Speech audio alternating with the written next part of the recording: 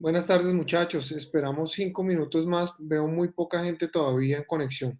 Voy a esperar 5 minutos para que podamos avanzar. Ok, gracias. Listo, profe, gracias.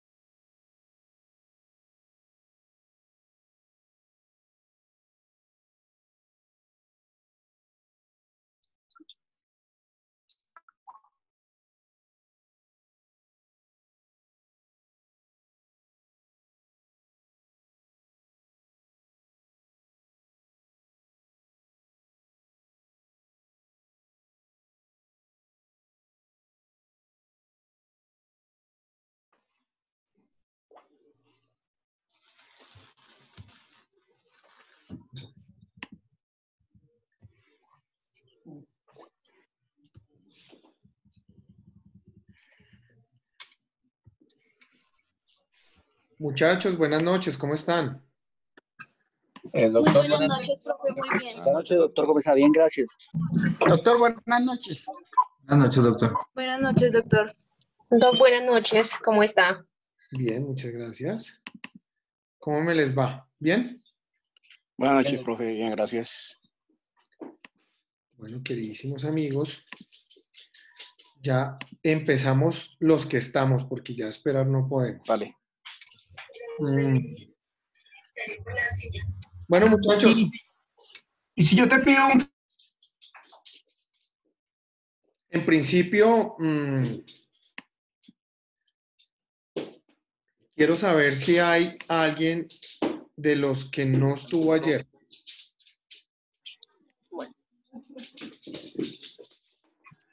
¿Todos estuvieron ayer?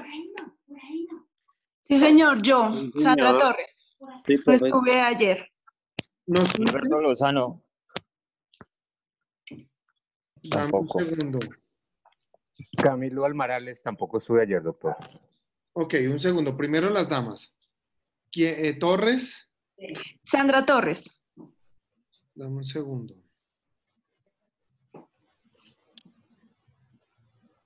Porque después tenemos lío. No, efectivamente no te tengo en lista. Torres. Sandra, Sí, por señor. favor, dame tu número de cédula, por favor. 53, Sí. 075-117. Torres, Torres Suárez Sandra Liliana.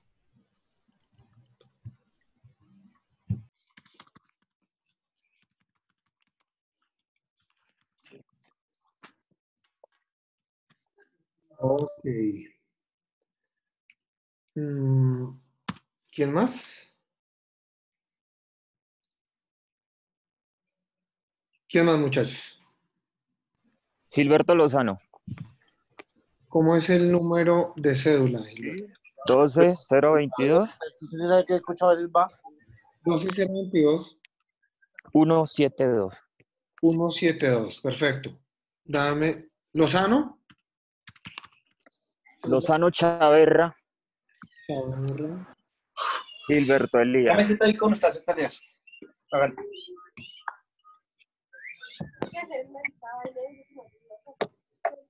Muchachos, los micrófonos, por favor. ¿Alguien más? Camilo Almarales. Almarales. Vargas Camilo Ernesto, doctor. Un segundo. Almarales.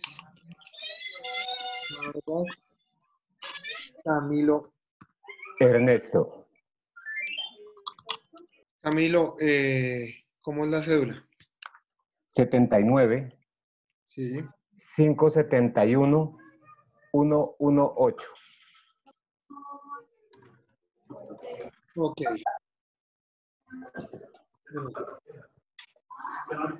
¿Quién más? Yo, profe, Gutiérrez Castillo Jairo Andrés. La cédula. 1024 518 478. 1024 518 478. 478. Repite el número, por favor, completo. 1024 No, el nombre. Jairo Andrés Gutiérrez Castillo. Gutiérrez Jairo Andrés. ¿Alguien más?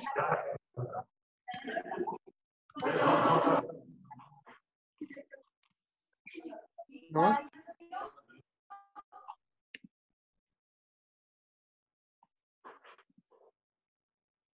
No más, ¿cierto? Bueno, muchachos. El derecho probatorio. Para nosotros poder hablar de derecho probatorio, primero tenemos que, como lo dijimos ayer, oiga, ¿qué es lo que yo pretendo demostrar? Son hechos. Las pruebas van a traducir hechos. Y vamos a encontrar que cada sistema procesal tiene su manera de manejar dichas pruebas. Pero es indispensable, mis queridísimos amigos, conocer unos principios básicos del derecho probatorio, que los traigo a continuación. Deme un segundo aquí.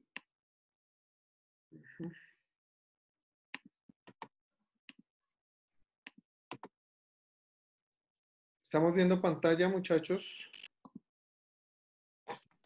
Sí, señor. Sí, señor. Perfecto, muchachos. Miren, bueno. Esto lo colgué en la plataforma, ¿vale? Quiero que lo tengan presente. Allá está colgado.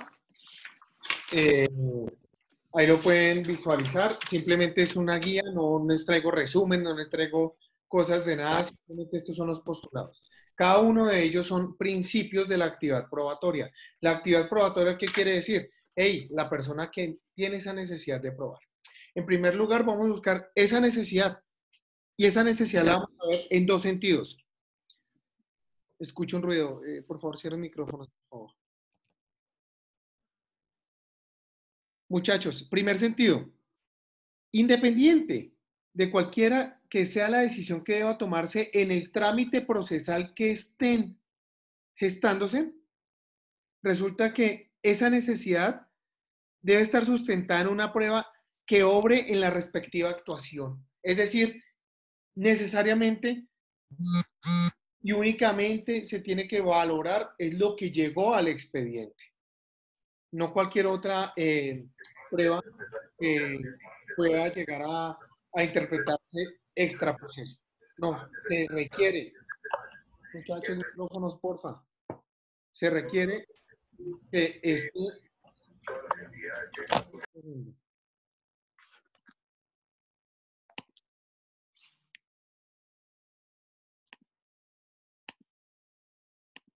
Ya, qué pena con ustedes, muchachos.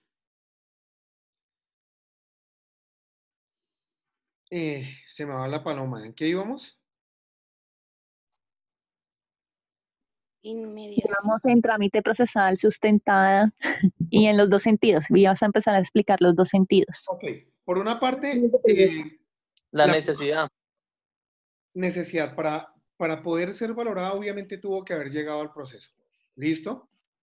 Tiene que estar dentro del proceso. Muchas veces, en muchas oportunidades, las personas dicen, oiga, pero mire que el video decía lo contrario, pero ¿cuál video? Si ese video nunca llegó al procedimiento. Es indispensable que sea valorado ese que es la persona encargada de valorar la prueba para fallar, la tiene que conocer. Y el otro sentido, muchachos, resulta que tiene que estar esa prueba, tiene que estar relacionada con esa carga probatoria. Si bien es cierto, muchachos, por ejemplo, a una persona la señalan en un proceso disciplinario de haber incurrido en una falta disciplinaria por haber revelado una información privilegiada. Resulta que la persona, ¿quién es la persona encargada de desmontar esos hechos que se le acusan? Pues la misma persona implicada. Y entonces esa persona tiene que llevar pruebas que sustentan. Y esas pruebas pueden ser un trámite procesal a lo largo del interior de un proceso en el cual está actuando el abogado, por ejemplo. Y esa le corresponde, esa carga probatoria le corresponde única y exclusivamente al interesado, que viene siendo la persona que se encarga allá en el banco. Muchachos, segundo principio, la unidad de la prueba. Muchachos, miren, independientemente que sean varias pruebas, muchachos, diferentes medios probatorios, independientemente que sean, repito, varios, en el proceso se tiene que valorar en conjunto, como si fuera prácticamente una prueba. No podemos desprender y decir que son diferentes pruebas, porque en realidad acuérdense, y vuelvo y repito, las pruebas demuestran hechos, entonces no vendrían siendo diferentes hechos, sino de cara al mismo hecho.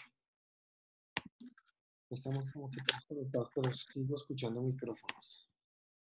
Y aquí los desconecté.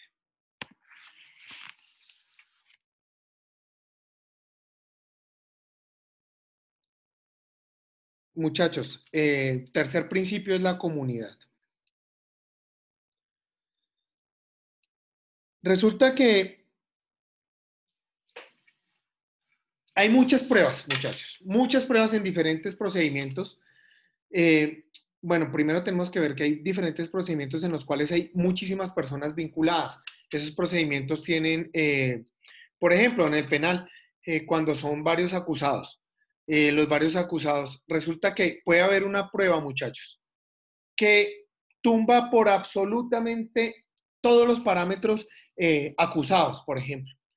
Resulta que esa prueba se vuelve común para las partes, independientemente de que solo sea una de las personas o uno de los abogados representantes que le haya aportado al proceso. No, acá en este escenario, la prueba sí llega a tener esa validez para absolutamente todos, porque viene siendo un beneficio para absolutamente todos. Y eso es lo que tenemos que entrever. ¿Qué beneficia y qué no beneficia? Muchachos, continuamos.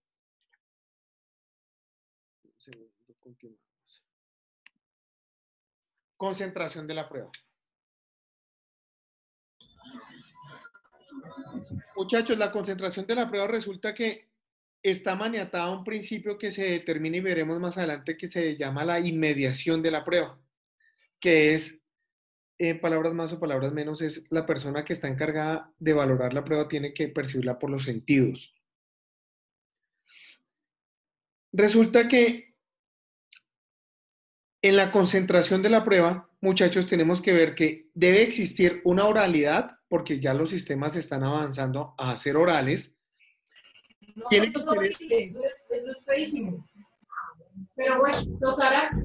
¿Qué está pasando? Vivimos muy activando micrófonos y, bueno, no sé. Nos va a tocar dictar clase activando cámaras para que estemos más concentrados. Resulta, muchachos, que las pruebas deben ser aportadas oportunamente. Deben ser en la etapa procesal pertinente, deben ser allegadas al proceso. Y resulta que esa materialización de la prueba y esa valoración debe realizarse en la etapa procesal pertinente necesaria que cada sistema procesal trae en sí. Entonces, no podemos ver que esa prueba puede ser valorada en diferentes escenarios. Claro está que les traeré más adelante en el transcurso de la cátedra, les traeré algunas excepciones a esa regla. Muchachos, y aquí ven el principio de inmediación, que no es más que la persona que está llamada a valorar esa prueba tiene que realizar esa valoración presencialmente. Presencialmente.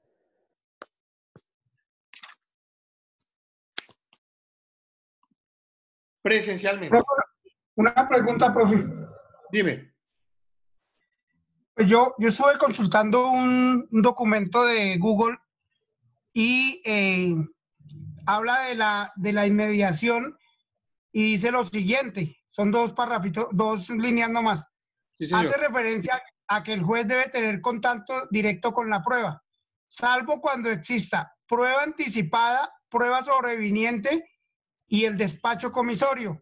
Esas tres figuras, a ver si usted es tan gentil y las explica si es tan gentil. Claro, cuando estemos viendo tipos de pruebas, pero no hay ningún problema. Adelantémonos. Entonces, gracias. Miren, en primer lugar, ¿qué es una prueba anticipada? Yo lo voy a hacer de manera, porque eso lo vamos a ver muy bien y detalladamente más adelante, pero quiero dejarle una idea. La prueba anticipada es aquella que se hace necesaria practicar antes. Segundo. Es esa prueba que se hace necesaria su práctica antes de llegar a un juicio. Por algún motivo que no pueda llegar a juicio. Por ejemplo, le traigo un ejemplo. Resulta que el testigo de los hechos es un señor de 98 años de edad y ya está por fallecer. Entonces, se tiene que hacer una ritualidad y demás que lo veremos más adelante. Ante un juez que no es el de conocimiento, porque en muchos casos no existe ni siquiera el de conocimiento. Se tiene que practicar la prueba. ¿Y ese juez qué hace? Le toma, por ejemplo, la versión. Un juez de control de garantías, por ejemplo, en audiencia, llega y toma la audiencia para escuchar al viejito. Y el viejito va a decir absolutamente todo. Y se hace toda la contradicción. Es exactamente igual desde de cara a la inmediación y demás. Se hace absolutamente todo el análisis pertinente que se realiza en el juzgado de conocimiento normalmente para poder establecer que la prueba sí fue prueba. Porque, muchachos, veamos una cosa. Hay medios de prueba y la prueba es en sí propiamente dicha prueba cuando ya probó. ¿Listo? Nosotros podemos, y siempre tenemos esa costumbre de decir, oiga, tengo una pruebita que me va a servir. Y resulta que eso no es ninguna pruebita. Pero en el argot diario de nosotros los abogados decimos la pruebita y la pruebita no hemos probado nada. ¿Sí? Como dicen por ahí, probar es muy rico, pero obviamente tiene que probarse. Mientras tanto, por ejemplo, en el sistema procesal penal podemos decir elementos materiales probatorios y evidencia física. Y así se va a desprender en el resto de ordenamientos. Hay elementos materiales probatorios. ¿Que tienen una afinidad o una finalidad probatoria? Sí. Listo. Me dijiste, prueba anticipada, prueba sobreviniente. Aquí tenemos un problema graso frente a la prueba sobreviniente. Resulta que la prueba sobreviniente es esa que está instituida, o más bien, su producción es posterior a la etapa procesal pertinente en el sistema procesal adecuado en el que estemos. En ese sistema procesal siempre van a haber unas reglas y unas fechas en las cuales debe incorporarse la prueba a juicio. Y resulta que surtida esa etapa procesal, viene la prueba sobreviniente. Su producción fue posterior o se conoció. No, miren, ojo con esto. La producción es posterior o su conocimiento o su descubrimiento fue posterior a la etapa procesal. Por ejemplo, estamos ya en una etapa de juicio oral, en un juicio oral, y aparece un video que mostraba dónde estaba la persona, un video que no se conocía. Toca argumentarla muy bien para poder llegar a decir, oiga, efectivamente esa prueba sí puede llegar a incorporarse en el procedimiento porque no sorprende a ninguna de las partes y además va a ser sujeta a una contradicción. Pero aquí, de cara a la inmediación, aquí sí yo tengo mis reservas. Porque resulta, pasa y acontece que hay unos autores que dicen, oiga, no, es que la inmediación en esa prueba sobreviviente es muy limitado. En el entendido que esa persona encargada de administrar justicia no conocía la síntesis de la prueba con anterioridad y no conocía, oiga muy bien, porque por ejemplo en el sistema procesal penal existe la audiencia preparatoria, que es esa audiencia que nos va a decir, oiga, le voy a traer tal prueba, señor juez, o tal elemento material probatorio más bien, tal elemento material probatorio que le probará tal hecho. Resulta que como acá es sorprender al juez, en plena audiencia, dice que la inmediación está sesgada desde inclusive cuando se autorizó la incorporación de dicho elemento material probatorio. Pero como acá lo sorprendemos, no hay esa antelación. Pero yo digo una cosa, finalmente la inmediación no es desde antes, desde cuando yo estoy diciendo, oiga, le voy a traer tal elemento, sino en realidad cuando se practica. Entonces ahí yo tengo una discrepancia con lo que tú pudiste ver. Y lo otro que me decías era prueba anticipada, prueba sobreviniente y qué más. Y ya le digo, profe. Y despacho comisorio. Ah, bueno. El despacho es de los jueces de paz. No, hay muchas. Miren, por ejemplo, en la actividad investigativa, para tomar una entrevista por parte de un investigador del CTI, por ejemplo. Ese investigador tiene asignada una misión de trabajo y el investigador está en Bogotá. Y resulta que el testigo está en Cali. Pues resulta que sale muy oneroso poner a viajar al investigador solo para que vaya y tome una entrevista. Entonces se genera ahí también, por ejemplo, un despacho comisorio, para que lo entiendas, no solo para los jueces de paz. El despacho comisorio es esa figura. O, por ejemplo, cuando un juez tiene que practicar una prueba y en el mismo sentido está en otra ciudad, va a otro juez y la practica. ¿Por qué ataca la inmediación? Porque ese funcionario que tiene que recopilar o tiene que analizar el medio probatorio no lo está haciendo, sino es un tercero. En realidad, ahí es donde ataca ese principio de inmediación. ¿Alguna otra pregunta? Sí, profe. Respecto a la unidad de prueba, lo que yo entendí del concepto de unidad de prueba es que las pruebas se pueden mirar en conjunto con una unidad o que una prueba se puede tomar como... Yo sí yo tengo para allá, que estoy Una desesperada y no sé cómo fue. Dame un segundo porque tiene los micrófonos prendidos, por favor. O una prueba, uno la puede tomar y puede, digamos, ser determinante. O sea, el juez puede tomar una sola prueba o puede tomarlas todas en conjunto. Esa es la claridad. Pues creo que lo tengo claro, pero quería confrontarlo con su merced. Javier, tienes toda la razón. Resulta que aquí viene un tema que yo les enuncié ayer, y es el estándar probatorio. El estándar probatorio es una invención de algunos tratadistas. ¿Y el estándar probatorio qué quiere decir? Lo que tú dices, oiga, es que yo puedo mostrar el hecho solo con un elemento material probatorio. Claro, eso sin lugar a duda. ¿Qué tengo que mostrar? Bueno, que este video me va a mostrar el momento exacto donde la persona apuñaló a la otra. Perfecto. Tenemos el video. Resulta que tú que estás demostrando con un video, por ejemplo, como esa naturaleza, Javier, tú estás demostrando que existen unas personas que no sabes quiénes son, que actúan en un video que apuñalan a una persona. Listo. Y hay una víctima que tampoco sabes quién es. Resulta que acá tienen una prevalencia los otros medios probatorios, que los otros medios probatorios es demostrar, oiga, es que señor juez, yo le voy a demostrar como fiscalía, le voy a mostrar que aparte que esas personas que están en el video son las personas que están acá sentadas. ¿Por qué? Porque tengo un estudio de morfología forense, por ejemplo.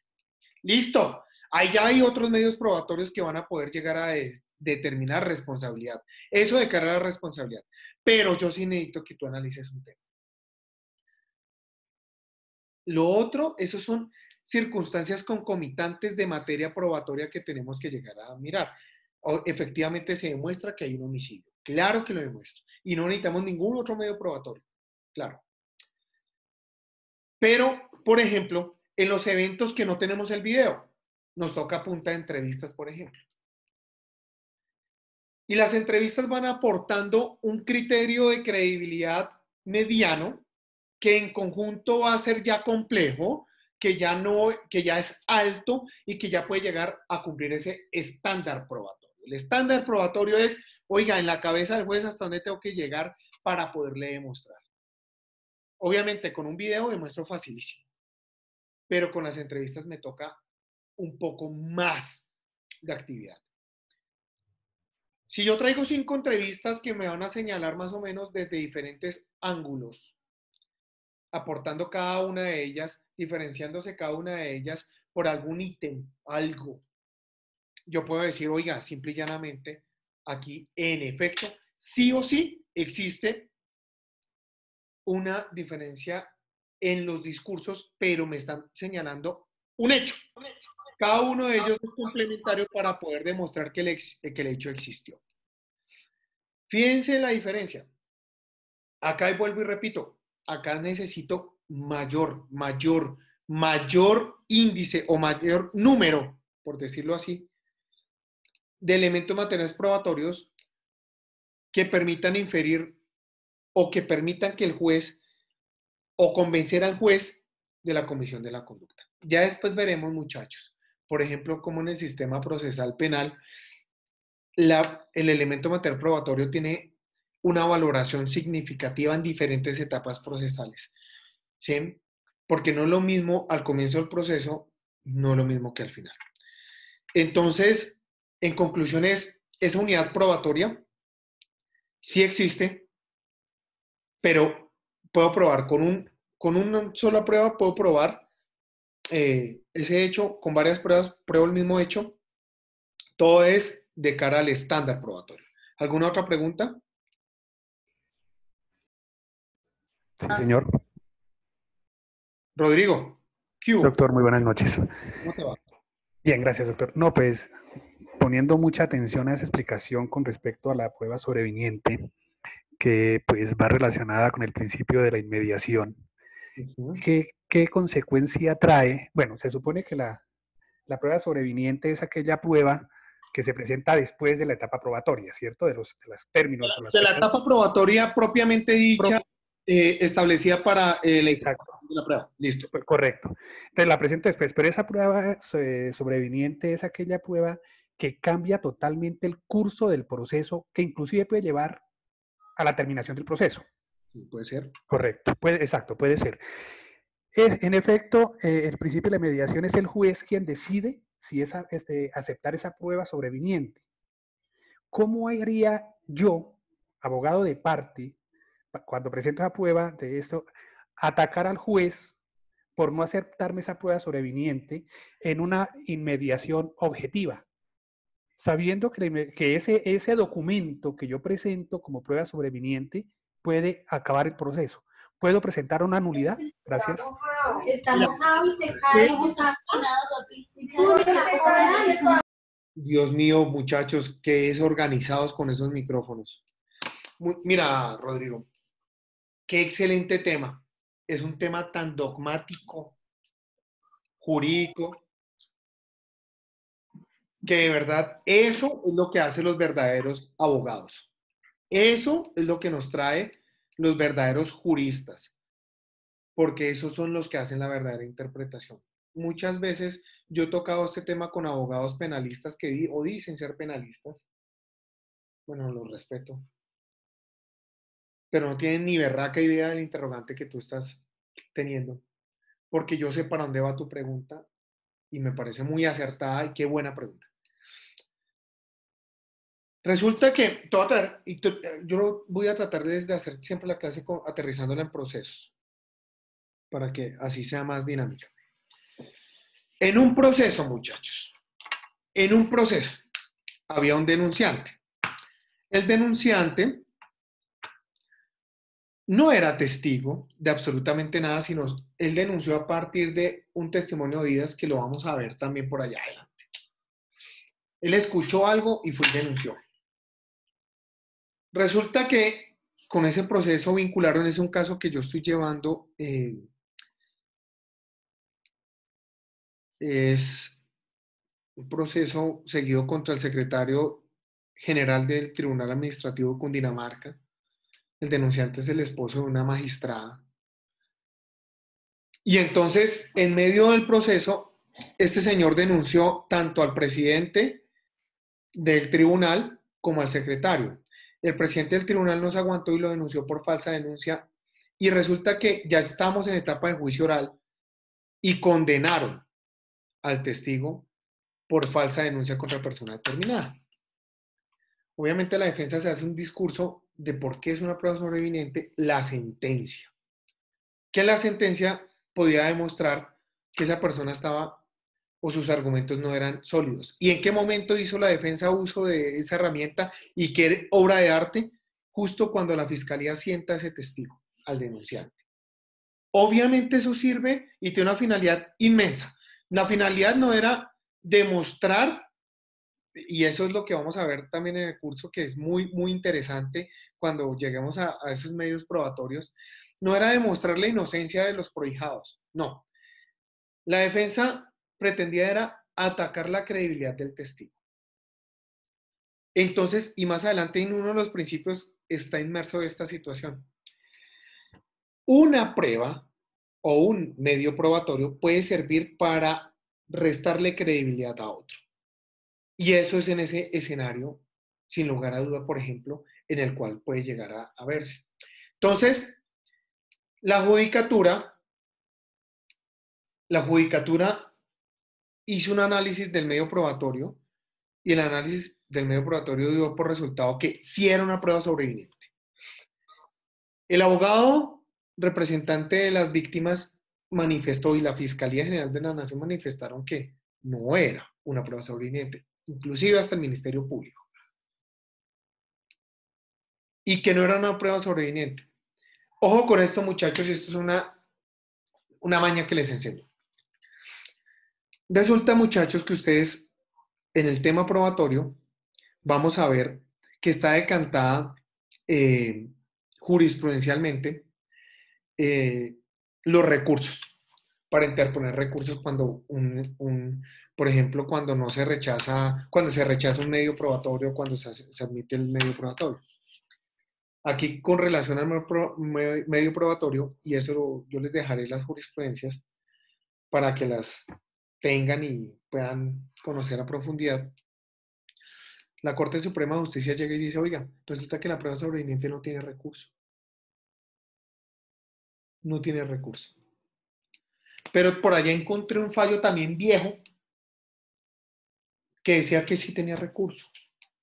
Entonces los criterios están encontrados.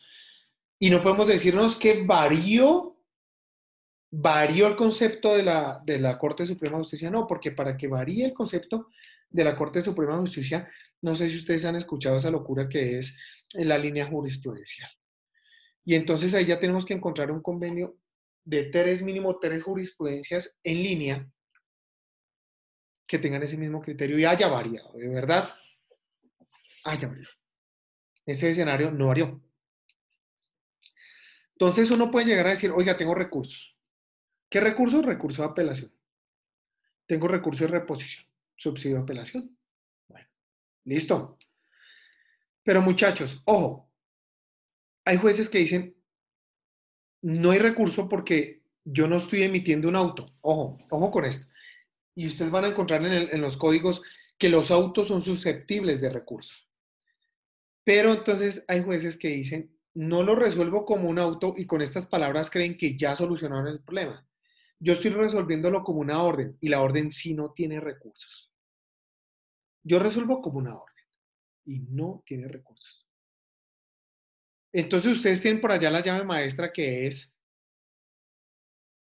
que nada más y nada menos instaurar la queja, recurso queja. Por más que digan, oiga, como yo le resolví a usted o resolví mediante una orden,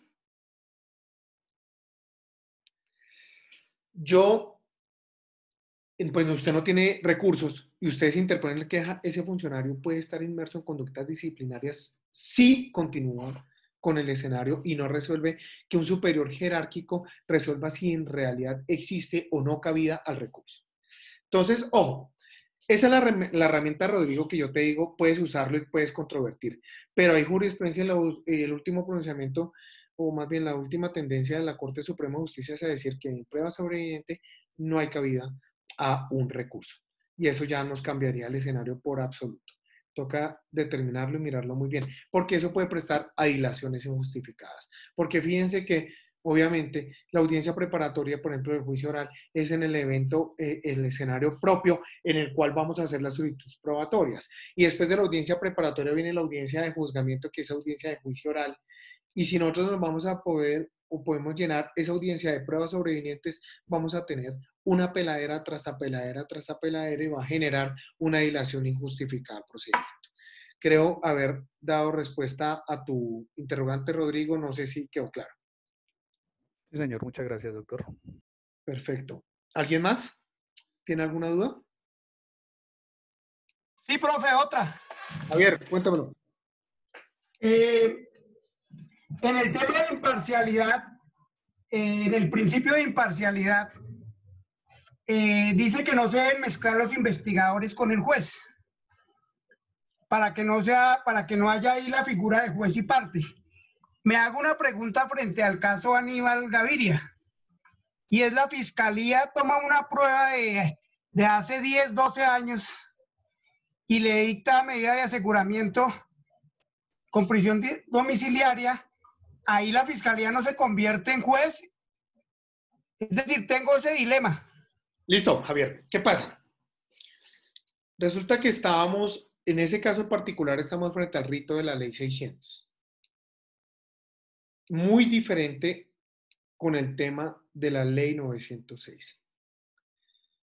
No sé si tú te acuerdas en el procedimiento anterior, inclusive a la ley 600, cuando existía los jueces de instrucción. ¿Escuchaste alguna vez de eso, Javier?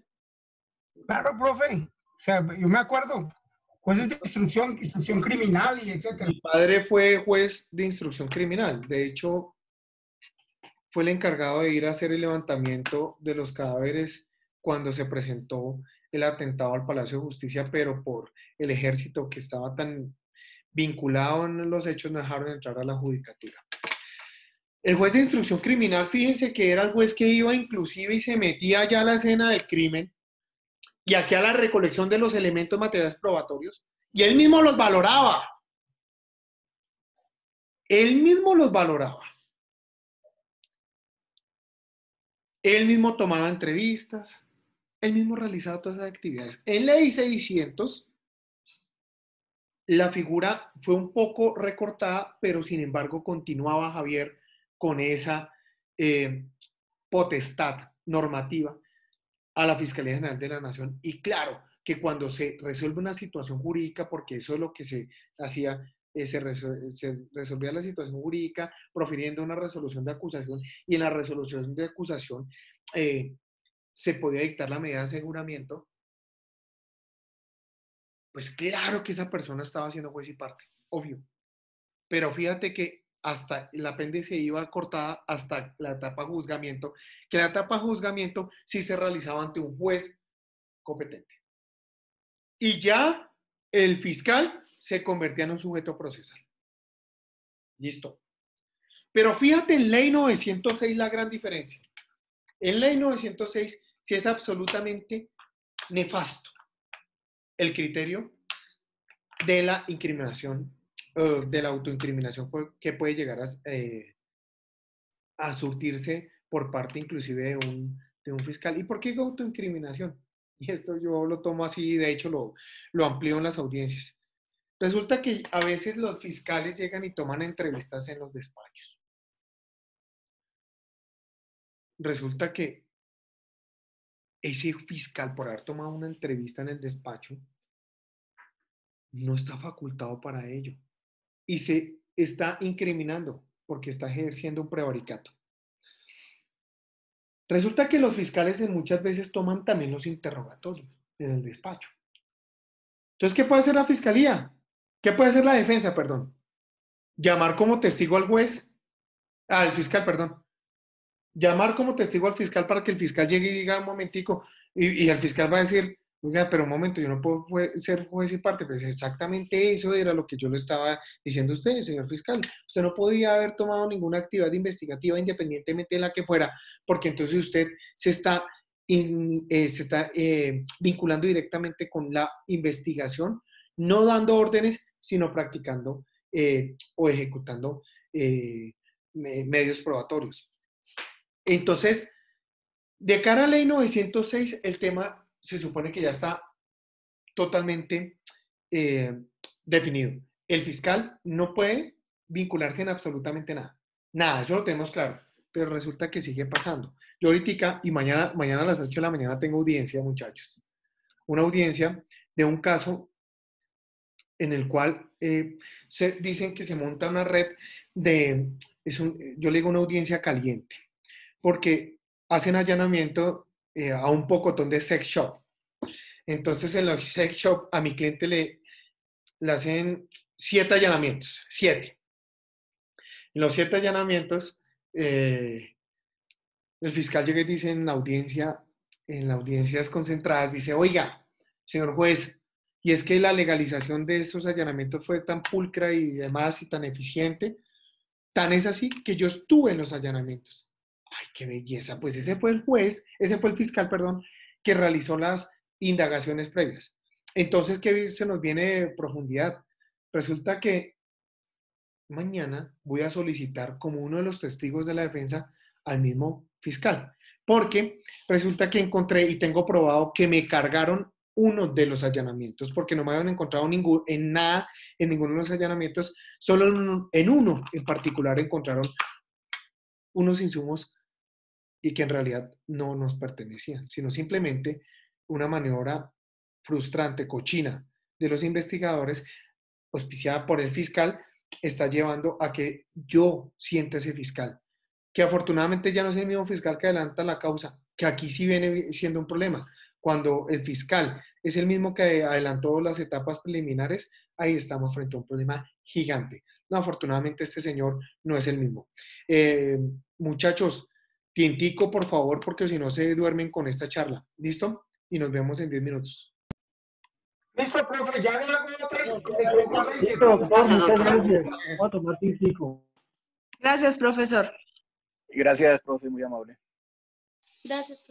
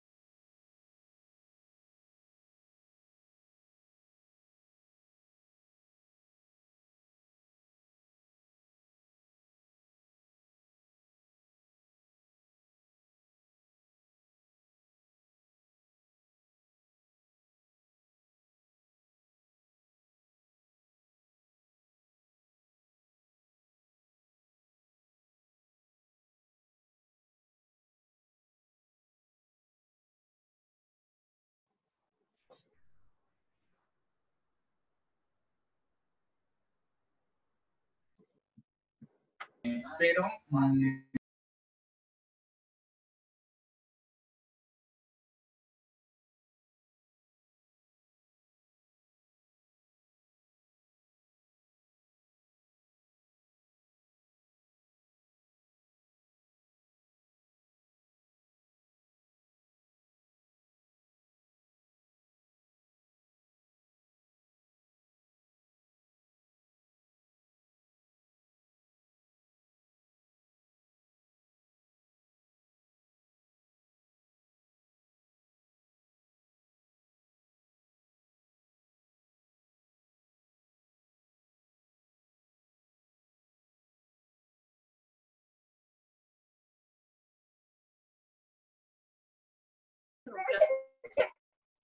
¿Sí ven? La joda, creo que Sergito, Rani. Doctor Rodrigo, señor. para que cierre el micrófono, que estoy concentrado leyendo.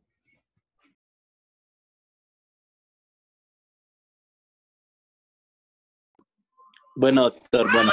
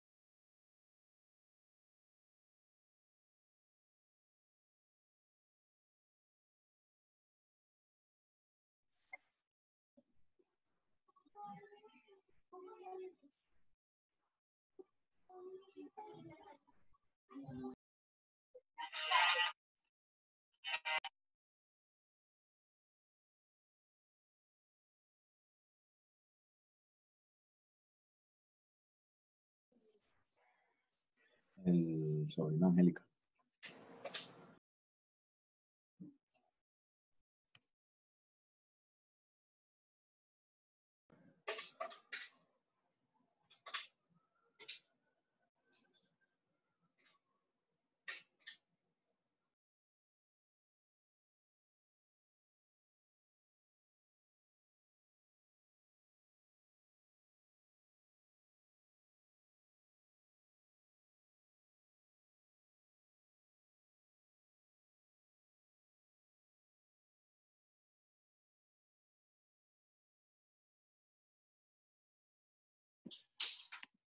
¿Estamos, muchachos? Sí, mi doctor, ¿cómo no? Correcto. Sí, señor. ¿En qué habíamos quedado? Estaba hablando de una audiencia que tiene mañana y que el juez fue a las prácticas de pruebas, lo cual no puede hacerlo porque se contamina. Perfecto. El fiscal. El fiscal. Estamos en el principio de inmediación, ¿cierto? Ya. Sí, señor. Listo. Bueno, pues. Muchachos, creo que... bueno, listo. En el principio de inmediación, ya ahorita entramos acá al principio. Entramos al principio de interés público. Resulta, mis queridísimos amigos, que todos sabemos que las relaciones interpersonales dentro de la sociedad buscan siempre una convivencia pacífica, buscan siempre que se respeten los derechos de los demás. Ustedes se acuerdan de Rousseau, el libro de Rousseau, el tratado de ¿Contrato social? contrato social, en el cual Rousseau, sí, alguien, sí lo tienen claro, ¿cierto? Allá podemos mirar cuáles derechos hay, qué derechos hay cuál es la limitante de los derechos, mis derechos van hasta donde comienzan los del otro, y eso lo hemos manejado a lo largo de la carrera. Pues esto, de este principio de interés público, muchachos, va manejado a que siempre prevalezca ese interés.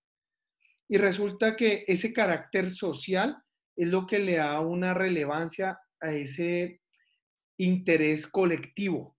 Entonces la prueba siempre tiene que estar maniatada a que debe mostrar la consecución de una conducta para buscar una estabilidad en el ordenamiento social.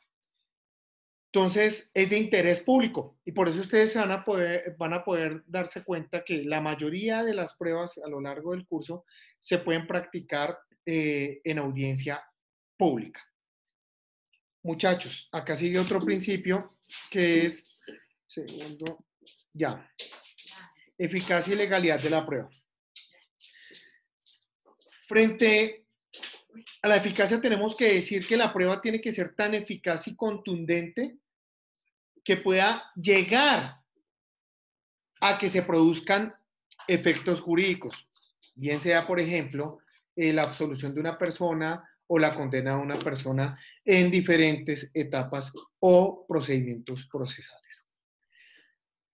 Pero la legalidad de la prueba, muchachos, resulta que absolutamente todos los sistemas procesales tienen en sí inmerso las reglas de cómo se deben adquirir dichos medios probatorios. Entonces, esa legalidad dice, oiga, se deben tomar esos medios probatorios de determinada manera, pero a su vez tienen unos términos para poder llegar a ser tomadas esos medios probatorios o inmersos en un procedimiento. Muchachos, lealtad y probidad. Mis queridísimos amigos, lealtad y probidad. Esto no es más que obrar de buena fe. Obrar de buena fe. Resulta que todas las partes que interactúan en un procedimiento tienen la obligación, máxime ustedes, señores abogados, tienen la obligación de obrar con lealtad, sin artimañas y con probidad. Pero, ¿qué es lo que dice y por qué es un principio de la prueba o del derecho probatorio? Porque es que no podemos actuar con maniobras dilatorias tendientes a ocultar la realidad de los hechos. No podemos buscar aquí medios de prueba que busquen... dame un segundo. Les tengo que presentar un perrito que adopté en estos días. ¿Me mordió? ¿Te mordió? Muchachos, resulta que no podemos traer una prueba para ocultar un procedimiento. Tenemos que obrar con buena fe. Resulta, si ustedes llegan a hacer aplicación o hacer uso de una prueba que no sea la contemplada o que esté dirigida a obtener ese ocultamiento, ustedes pueden llegar a tener problema más grande. Inclusive la tarjeta profesional se les puede perder.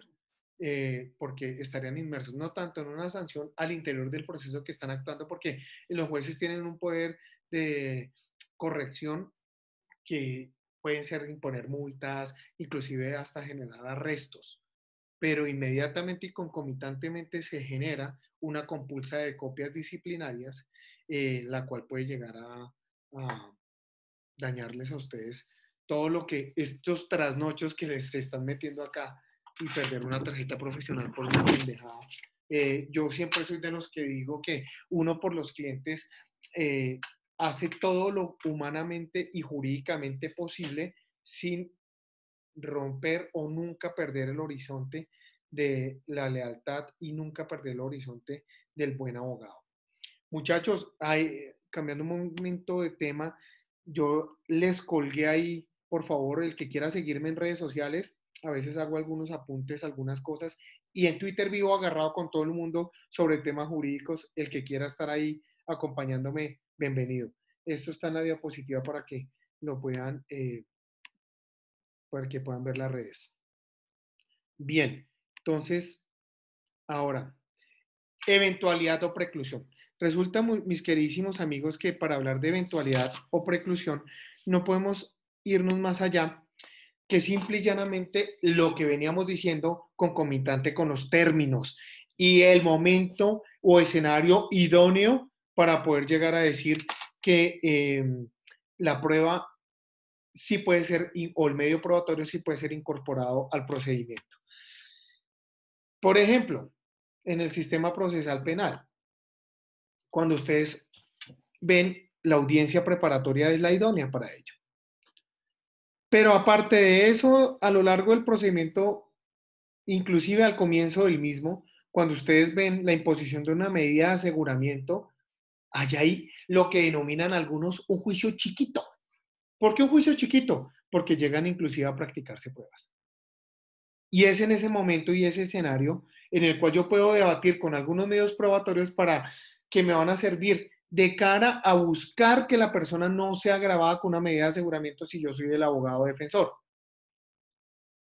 Pero es ahí, en esta etapa procesal, yo no puedo en la audiencia de acusación llegar a decir, oiga señoría, es que con esta prueba voy a decir que la persona no es un peligro para la sociedad o demás. No, es en ese escenario y en el evento puntual. Los procedimientos, y lo vamos a ver un poco detalladamente en algunos escenarios, trataré de hacerles el paneo y cogiendo ese código general del proceso para poderles darles un poco más de luz. Pues bien, continuamos. Vamos en cuál. Originalidad.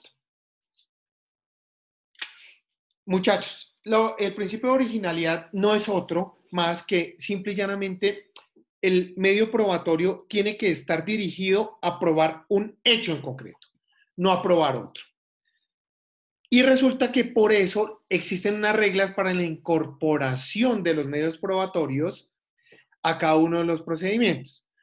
Porque las reglas le van a decir, oiga, es que usted después en alegatos no me va a tratar de decir que si bien es cierto la prueba no demostró esto, pero sí puede llegar a demostrar esto otro, porque no es la esencia. Aunque en ese principio yo sí tengo mi apreciación propia. Resulta, muchachos, que cuando estamos hablando, por ejemplo, en un juicio oral, estamos mirando un testimonio en un juicio oral. Nosotros estamos orientados a una teoría, que es la teoría del caso, por ejemplo, de la fiscalía. Yo soy fiscal y estoy orientado a una teoría. Y resulta que empieza a desarrollarse el juicio oral y encuentro que el testigo que yo creía que iba a aportar ese ítem o como lo iba a desarrollar,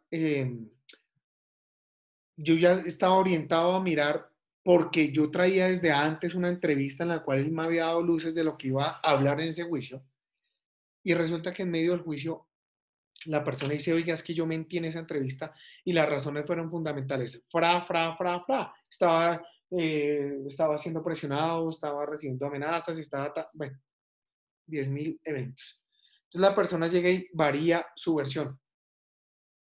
Entonces resulta que esa prueba en ese principio de originalidad, muchachos, ya se desvirtúa por completo o ya no puede llegar a estar maniatado. A lo que yo quiero que vayan estos son principios de la actividad probatoria, pero no quiere decir que el lleno de esos requisitos, de estos principios, no constituye una ilegalidad o demás. Simple y llanamente en los eventos pueden haber excepciones. Pueden haber excepciones legalmente constituidas y fundamentadas.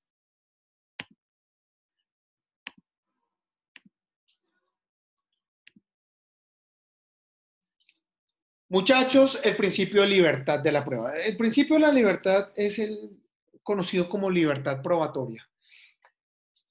Yo puedo acudir a diferentes medios probatorios al interior de un proceso, pero siempre y cuando esos tengan maniatada la originalidad que ya habíamos mencionado. Obviamente, esos medios probatorios pueden llegar a concluir diversas situaciones, pero tienen que tocar por lo menos de lado, tocar los temas de interés del proceso. Un testimonio, por ejemplo, un tema de interés, ¿qué se me ocurre, por ejemplo? En un homicidio resulta que está el testimonio de una persona que dice, yo vi a un tipo que saca de la pretina de su pantalón un arma de fuego y el tipo sale corriendo. Más adelante se escuchan unos disparos y resulta que falleció una persona. ¿Qué pudo ver esta persona? Que efectivamente existe una persona que sacó una pistola, pero no puede ver que fue la persona que disparó y mató a la otra. Pero sí hay otro testigo que lo vio disparando. Entonces, yo puedo llegar a demostrar como fiscalía desde el momento en el cual el señor llega, o inclusive, pongámoslo más trágico, o más probatoriamente interesante. El señor vio en el momento en el cual una persona le entrega el arma a otra, y esa otra sale disparada y comete el hecho. Pues muchachos, yo tengo una libertad probatoria. Yo tengo diferentes medios probatorios para demostrar la situación, bien sean los testimonios de las personas, bien sea un estudio de balística o lo que ustedes, no sé si alguno conoce el famoso o la famosa prueba de guantelete. El guante, dicen que a un guante en su mano es un guante que se convierte con todas las esquirlas y humos y gases que emite el arma de fuego cuando es disparada. Entonces, antes ustedes podían ver, generaron una captura de un sicario y siempre le embalaban las manos poniéndole unas bolsas, por ejemplo, de cartón podría ser, y llevaban a la persona. con las esposas y las bolsas, para evitar que la persona dañara ese medio probatorio. ¿Sí han visto o lo han visto en algún noticiero, alguna oportunidad vieron ese Sí, escenario? señor. Sí, doctor. Sí, señor. Pues resulta que esa prueba no es tan confiable, porque si ustedes se dan cuenta, lo que buscan es encontrar residuos de pólvora, de, sí, de una explosión que genera el proyectil. Oiga, y los que juegan tejo, como yo que he jugado tejo, saben que las mechas son de pólvora, ¿sí o no? Y el tejo resulta que impacta directamente en una mecha y eso genera una explosión. Entonces el tejo queda impregnado de muchísima pólvora. Y yo cuando vuelvo y cojo el tejo, pues obviamente yo voy a tener, y después me relacionan con un homicidio porque me encontraron pólvora. Obviamente no hay una uniprocedencia de decir, resulta que esa pólvora que se encontró sí es propiamente la pólvora que se usa para un arma de fuego tipo revólver, no, porque eso no es cierto.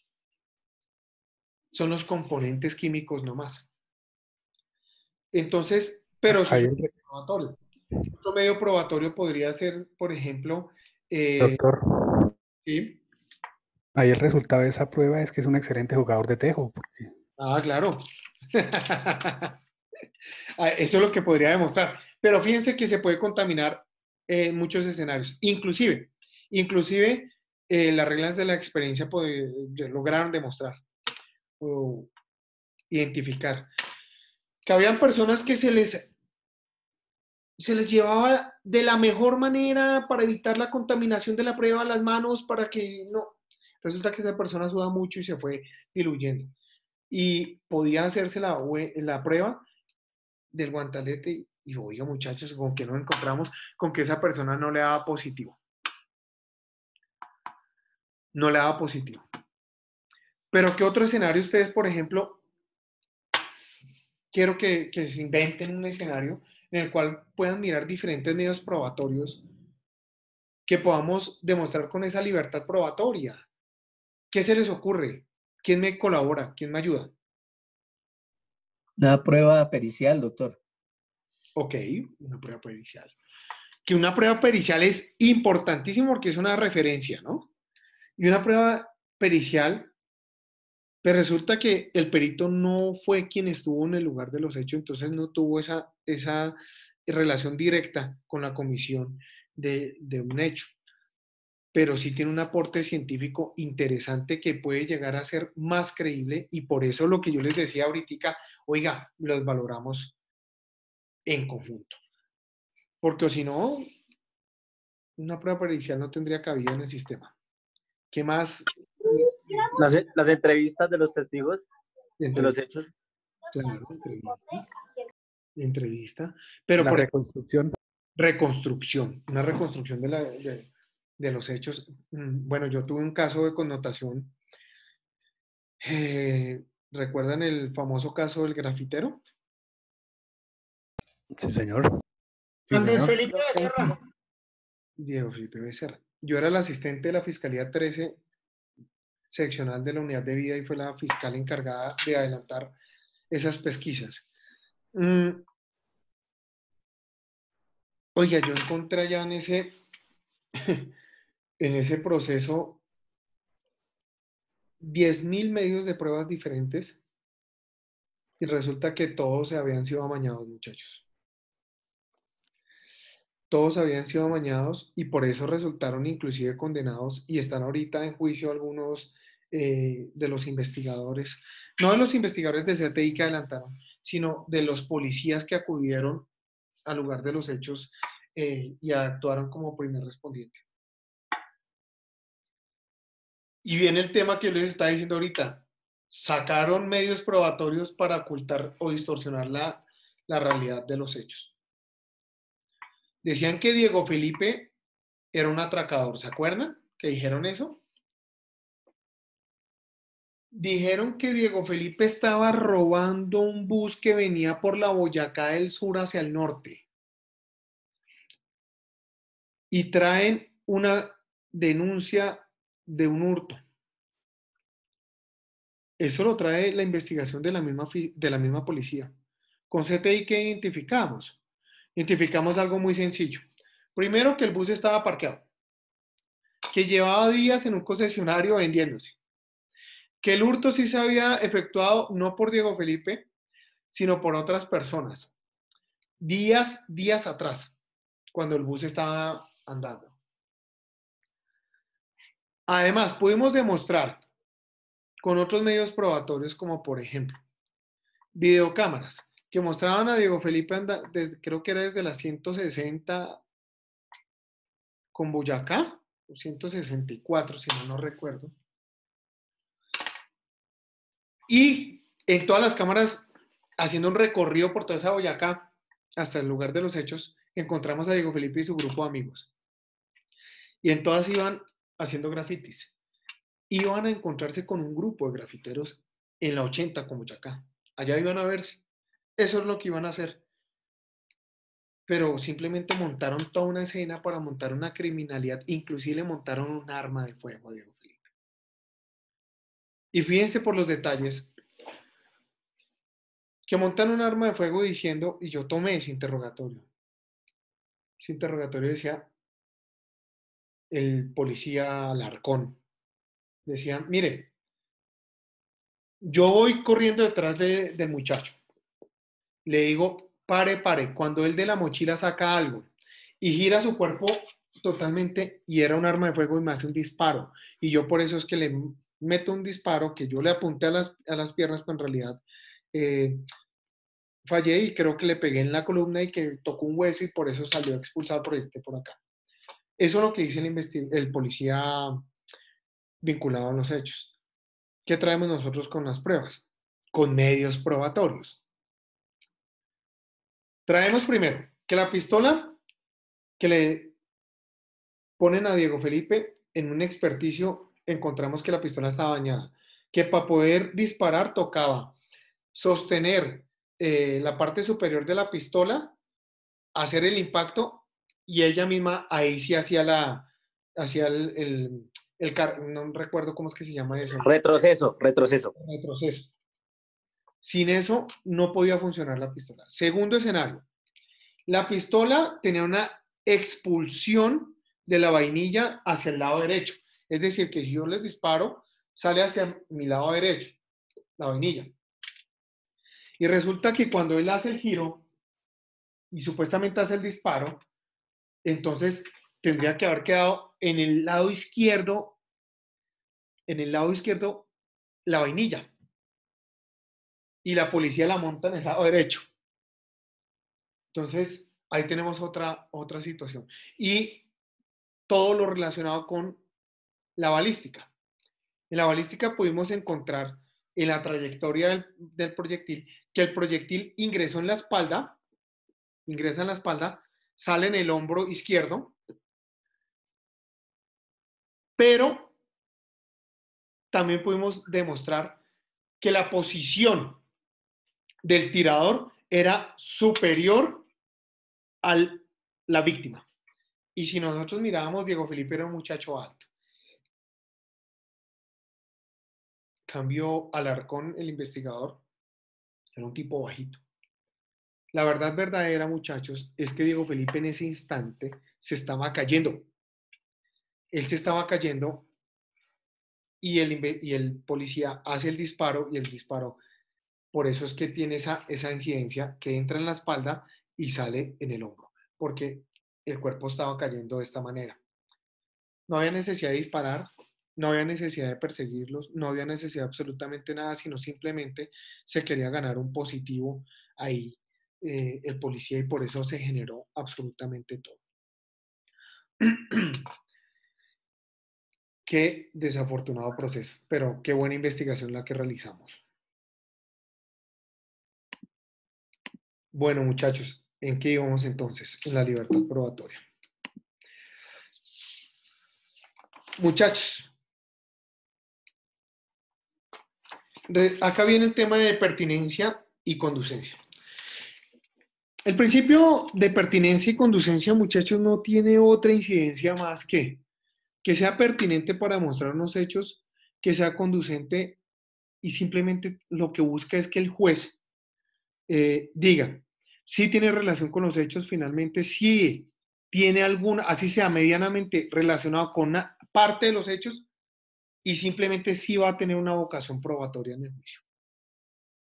Por eso esa conducencia es esa vocación probatoria, a lo que vamos a llegar en el juicio, a lo que va a llegar esa prueba, en lo que se puede llegar a convertir, propiamente dicho, como prueba.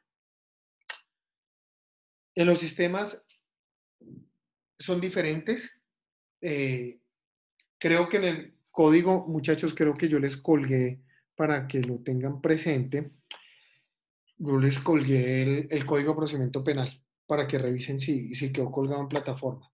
Eso es un código de procedimiento penal desactualizado, ojo con eso, pero simplemente porque lo vamos a empezar a aplicar. Pero si alguien tiene el código de procedimiento penal a la mano, creo que podemos mirar, si mal no estoy, el artículo 375. ¿Alguien me puede ayudar, por favor?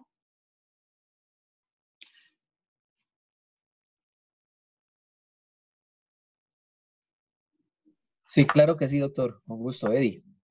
Gracias. Pertinencia.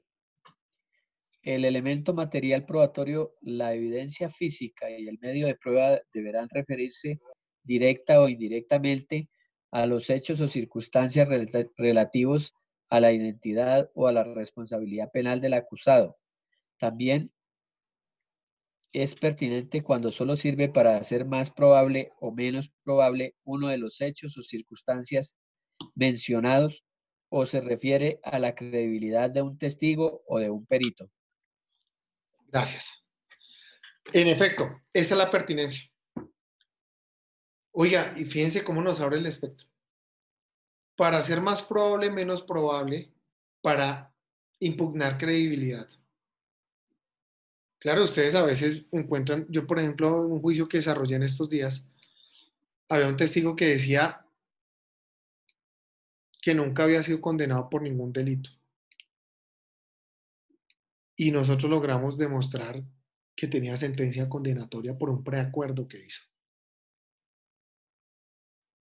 Obviamente eso ataca la credibilidad del testigo. Oiga, si usted está diciendo que no, y viene acá la defensa viene y le restrega la jeta que sí, entonces pues obviamente su credibilidad está quedando por el piso. El juez ya lo mira como, este marica miente. Y fíjense, muchachos, por ejemplo, eso en un caso de connotación nacional, que no voy a entrar en discusión con nadie, denominado nada más y nada menos que el caso Colmenares. ¿Se acuerdan ustedes, muchachos, de la actuación del grupo de bomberos en ese caso? ¿Alguien recuerda? ¿Alguien conoce?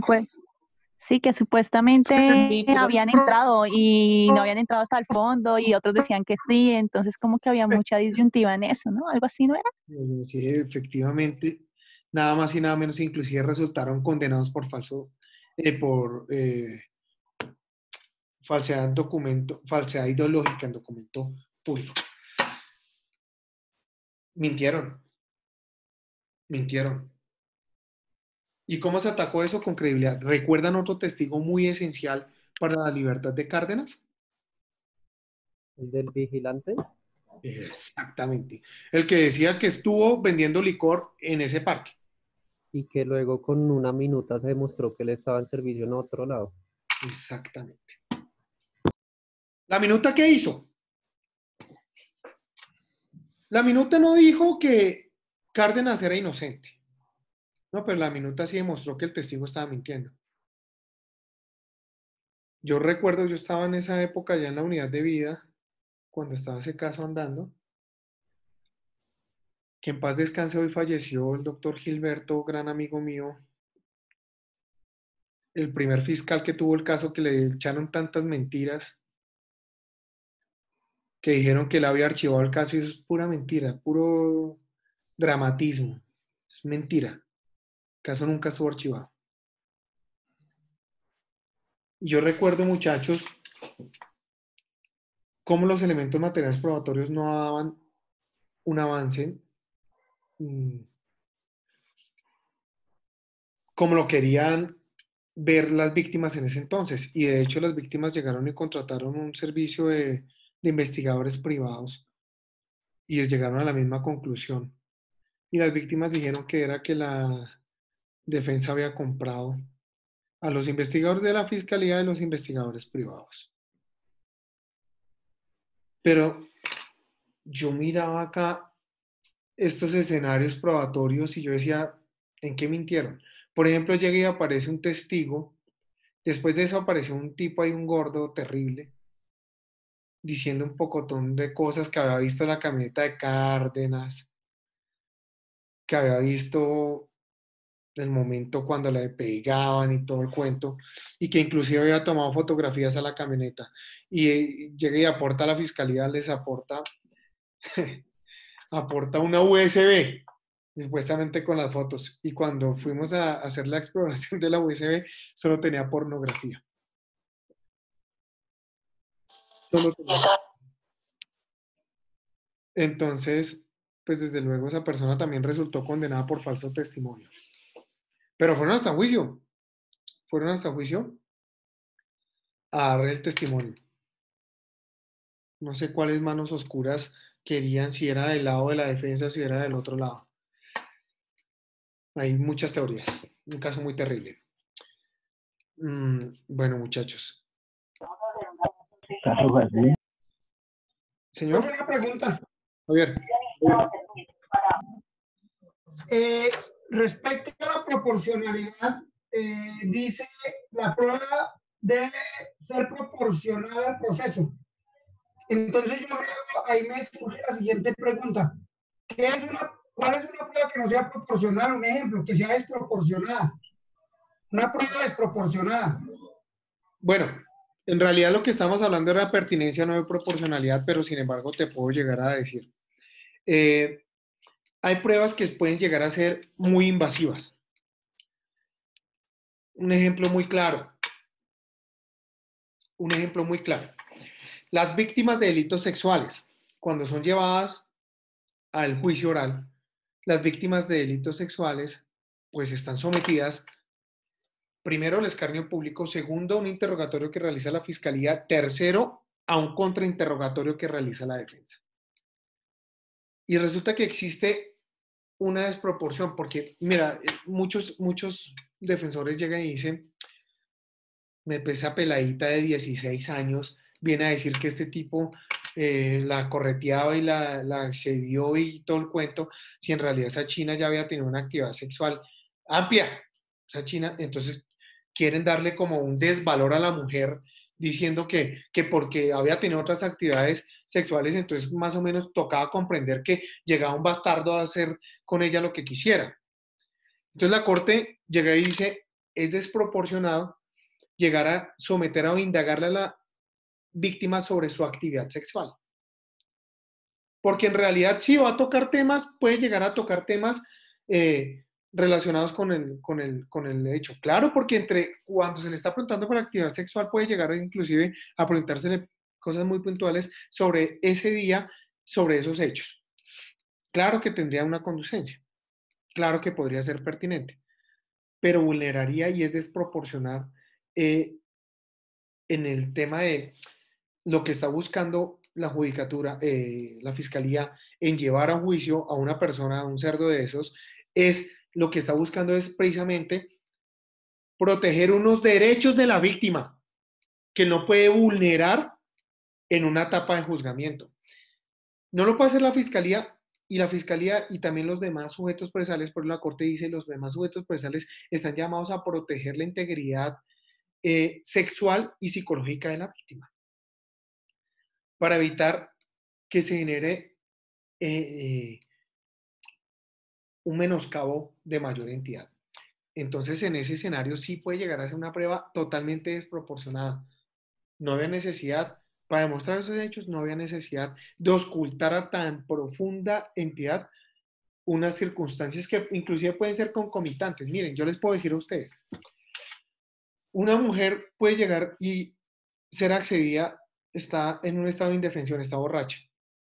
Puede ser accedida por una persona ahorita, en este instante. Listo. ella duerme 2 horas y se despierta ya un poco consciente, mucho más consciente, de hecho consciente.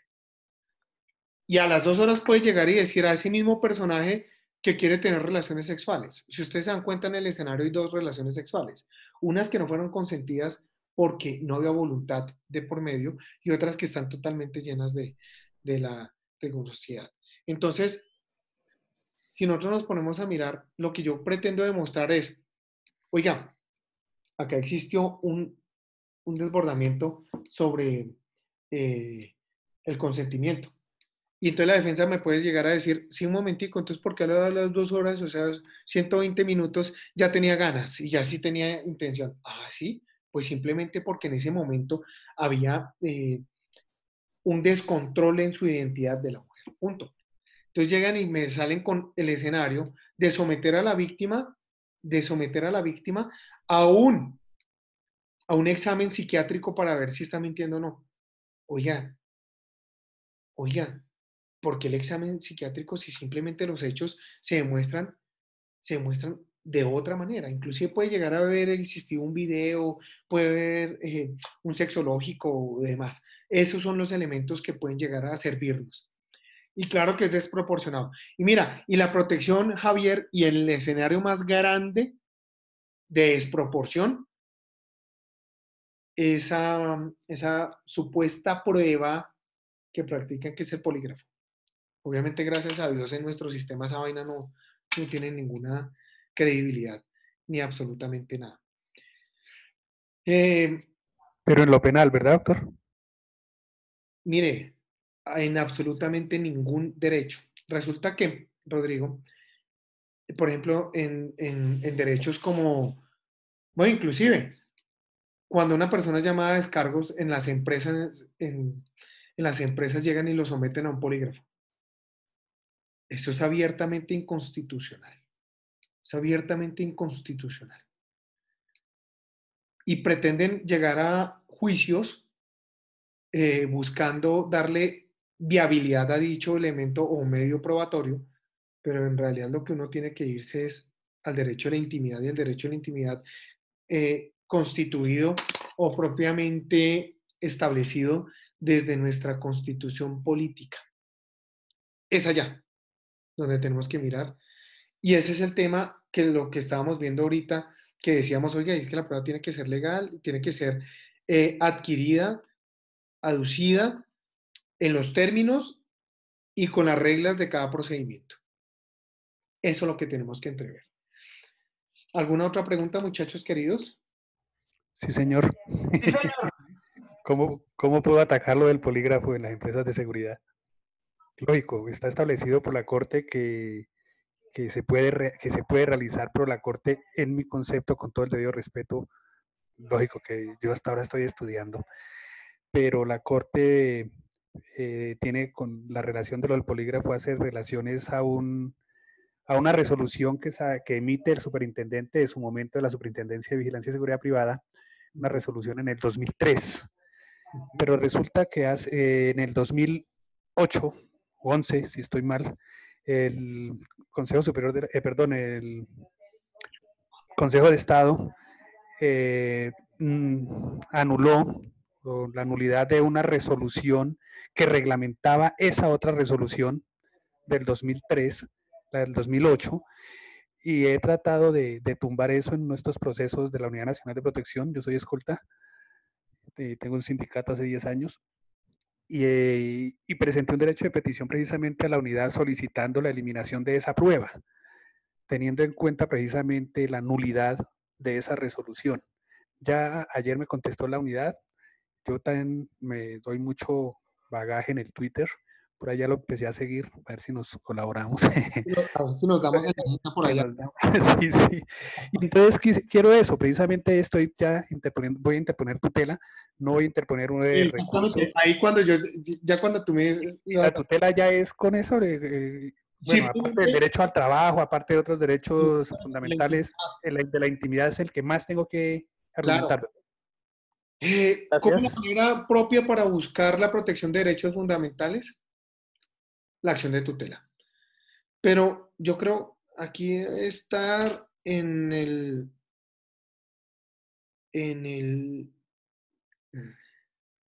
la plataforma, creo que hay una lectura al respecto, una decisión de la Corte Suprema de Justicia, esa es la del 2008, Sala de Casación Penal. Aquí hay una argumentación que puede llegar a servirte para que la estudies, está en la sesión 3. ¿Listo? Ahí la puedes llegar a mirar, pero sin lugar a duda es un abuso de la autoridad, del papel preponderante. Imagínense que sí, efectivamente muchas personas que quieren acceder a un cargo, se les tiene que vulnerar ese derecho a la intimidad, claro.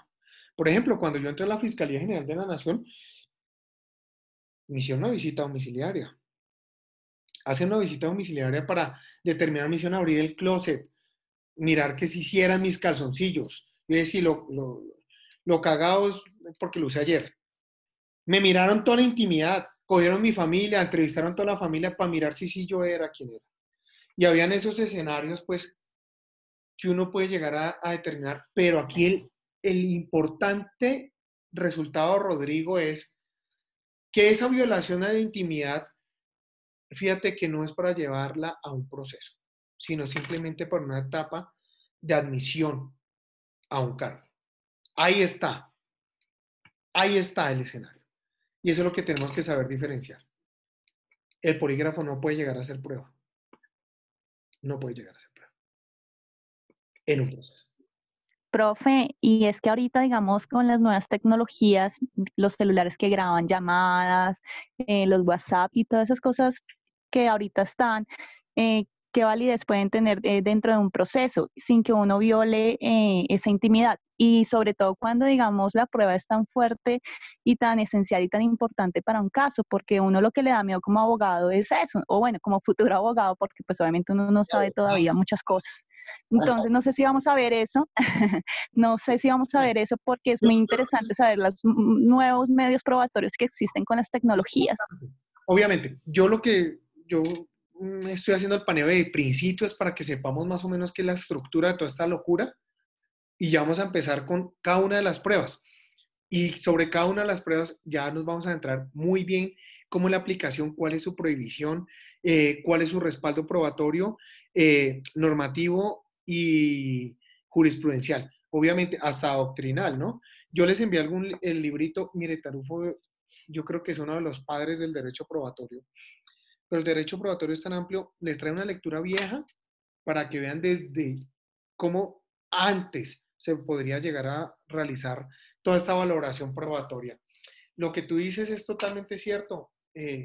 Vamos a poner una balanza ese derecho a la intimidad frente a la justicia y la verdadera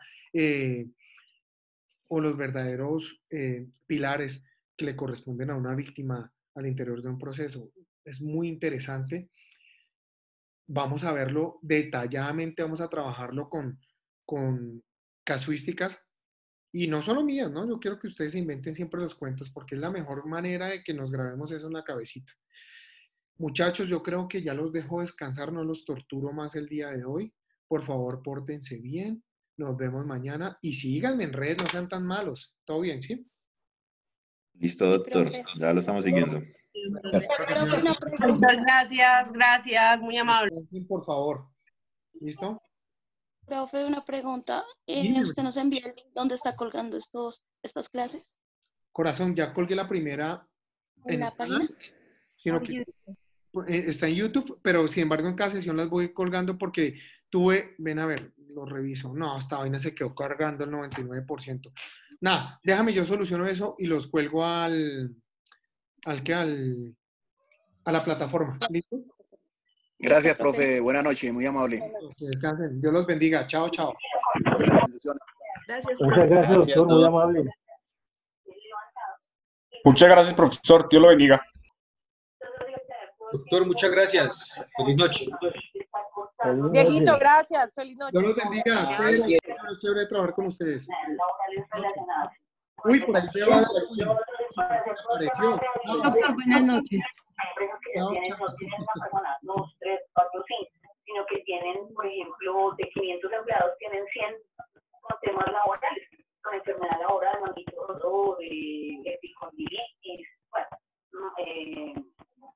o algunos túneles. Entonces, casi que los obliga